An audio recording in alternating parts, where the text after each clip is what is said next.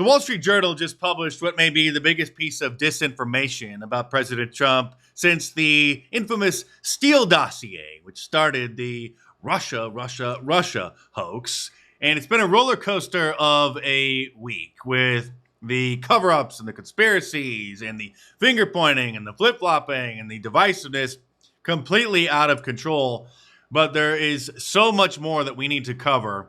So let's wrap up the week with this. The Wall Street Journal claimed last night that Jeffrey Epstein received a birthday card from President Trump for his 50th birthday, a typed birthday card that contains the most ridiculous and bizarre language that one could possibly imagine, which has upset President Trump so much that he says he's going to sue them. And I'll show you who actually believes that this birthday card is legitimate, who doesn't believe it, and how it has sparked a new inquiry into the Epstein cover-up by President Trump. The birthday card contains a drawing of a woman and some text that's written in the third person of an imaginary conversation between Donald Trump and Jeffrey Epstein that starts with a voiceover saying, "There must be more to life than having everything."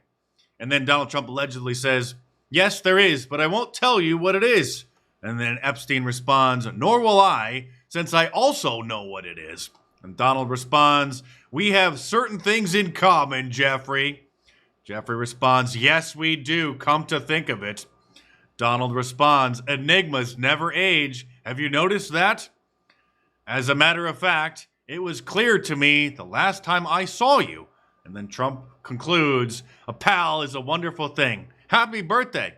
And may every day be another wonderful secret." It's so insane. Like I said, President Trump is now threatening to sue the Wall Street Journal over it. And Elon Musk, who you may recall, threw President Trump under the bus, claiming with a piece of half-truth that he is in the Epstein files, which is old news. We already knew that. He isn't accused of doing anything inappropriate with any of Epstein's clients or the women that were in his orbit. But Elon Musk even says that this letter sounds bogus and doesn't sound like something Trump would say. Fredo doesn't even believe it, who made tens of millions of dollars spewing lies about President Trump every single night on the Clown News Network. I get that he's pissed off, okay? And he's not wrong. This Wall Street Journal piece is a hack job, okay? It seems like a parody that they then took and just ran with as being real. And he says he's suing Rupert Murdoch, who he, was his buddy. They have, Fox kind of made Trump, and he's suing the Journal. He's suing everybody. He says he didn't write the birthday letter that they're ascribing to him, to Epstein for his 50th birthday. I mean, it's so stupid. Actually, it pissed off President Trump so much that he posted on Truth Social, "Based on the ridiculous amount of publicity given to Jeffrey Epstein, I have asked Attorney General Pam Bondi to produce any and all pertinent grand jury testimony subject to court approval. This scam perpetuated by Democrats should end right now." Attorney General Pam Bondi responded saying, "President Trump, we are ready to move the court tomorrow to unseal the grand jury transcripts." Now, a lot of people think that they're going to be unsealed today. I think that's extremely highly unlikely. This is going to be a motion to unseal, and then that court is going to have to go through their process to determine whether or not they will. There will probably be lawsuits if they're not going to. They're going to have to go through and retract the names of certain victims. And I've been putting a lot of thought into this. When President Trump called it a scam and a hoax, a Democrat concocted hoax earlier this week, I don't think he actually was talking about the entire Jeffrey Epstein case. I actually think because, let's face it, he does have probably the biggest ego on planet Earth, and everything is personal to him. He is a little petty, very petty on some things. So when he is being lumped in with this conspiracy, that is the aspect that he sees. And so that's why he's calling it a scam, a hoax. Now they're putting out this hoax letter, trying to tie him to Epstein. And so obviously he's very, very upset about this. Now, don't get your hopes up too high that these documents are even going to be released. And even if they are, that's just a small fraction of what it is that was going on, because as common sense reveals, and Congresswoman Anna Paulina Luna says, the FBI, the Department of Justice, has destroyed Epstein evidence. And the evidence that was collected was never going to be made available to the rank and file FBI. I've said this many times. This is a deep state operation, a covert mafia operating within the intelligence agencies. And so they certainly aren't just going to put them in the general evidence files. And for the 1,000th time, if President Trump had been compromised by Epstein, then the deep state would have definitely leaked that information as an October surprise, at the very least, in order to try to stop him from becoming president again last year.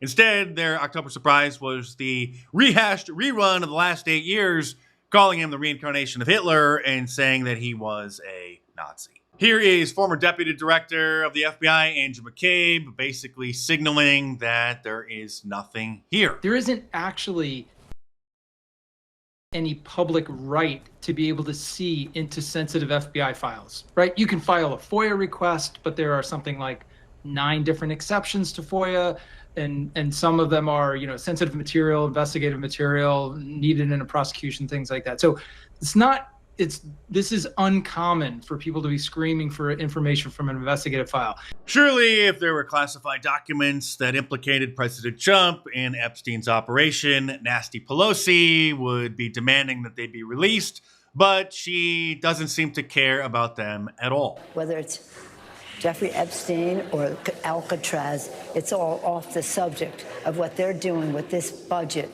that is harmful to the kitchen table, meeting the kitchen table needs of the American people. I want to make sure I understand what you mean when you say distraction. Do you think that Pam Bondi going to Alcatraz is meant potentially as a distraction from Epstein, which has not gone over well at all with the president's base? No, I think they're both distractions. Both distractions. So again, if President Trump was implicated in those files, she surely would be calling for them to be released. Others, however, are getting so desperate to release the files, those very files that they have been ignoring while the Biden administration would have had full access and ability to publish them. Others are getting so desperate that they're bringing Mike Pence back on the air in order to try to use as leverage to release them. I know of no reason why this administration, once the victims' names are protected, should not release all the files on Jeffrey Epstein. But again, don't get your hopes up because the actual evidence implicating the extent of this operation is either gone or will never be released. And here is White House spokeswoman saying that President Trump still does not want a special counsel investigation into the cover-up. The president said that he floated the idea of a special prosecutor in the Epstein case. Can you confirm that? And has he asked the Attorney General to do this, to appoint a special prosecutor to look it over? Well, the idea was floated from someone in the media to the president. The president would not recommend a special prosecutor in the Epstein case. That's how he feels. And as for his discussions with the Attorney General, I'm not sure. Well, this does look suspicious. I don't think the reason that President Trump doesn't want to dig any deeper and completely brushed off the severity of this cover-up earlier this week isn't because he himself is going to be implicated in it. I mentioned this in several videos earlier this week. Of high likelihood that he was threatened. Another possibility of high likelihood is that if the American people, the world, knew the extent of this operation, it would shock the conscience of the country and cause such devastation that it could cause severe unrest and a total loss of faith in the government and the economy. The repercussions could be immeasurable. Another possibility is actually the flip side of the coin. Instead of Israel and Mossad having blackmailing President Trump and using that as leverage over him, certainly is a possibility, but highly unlikely for all the reasons that I've said. Would have leaked out by other intelligence agencies in order to stop him from winning, or running, and getting back into office. The other flip side of that coin is that perhaps President Trump is using the knowledge of Epstein's Mossad operations as leverage to keep Israel under wraps and not expanding their war for a regime change in Iran and containing their military activities from further spreading, because that would then severely tarnish President Trump's anti-war agenda. People already forgot that we did bomb Iran for Israel with our bunker busters, the B-2 bombers. Everyone forgot about that. It didn't start World War III, thankfully. Understandably, people are extremely concerned about that. But just like when he killed General Soleimani, a lot of people got very upset, thought that was going to cause World War III. That went away. Everybody forgot about it. It's like when he bombed the Syrian air base. As soon as he got in office, January 2016, everybody freaked out. That did nothing. Even as informed as we are, or as informed as we think we are, we still have no idea the complex mechanisms and negotiation strategies that occur behind the scenes in Washington, D.C. One thing is for sure, though, Shane Gillis's joke about the Epstein files at the ESPYs earlier this week absolutely killed. Actually, there was supposed to be an Epstein joke here, but as it got deleted. Must have probably deleted itself, right? Probably never existed, actually. Let's move on as a country and ignore that. Let's move on as a country and ignore that. Which is exactly what Ben Shapiro wanted everybody to do earlier this week before this thing really started snowballing. Remember? The Epstein-Maxwell case comes in pretty close to zero, just on a list of priorities. Actually been continuing America's entanglement with your favorite country over the Middle East and giving them billions of our tax dollars, getting sucked into their wars and doing their dirty work like attacking Iran and going to war in Iraq and getting blowback for our foreign policy by Al-Qaeda attacking us on 9/11.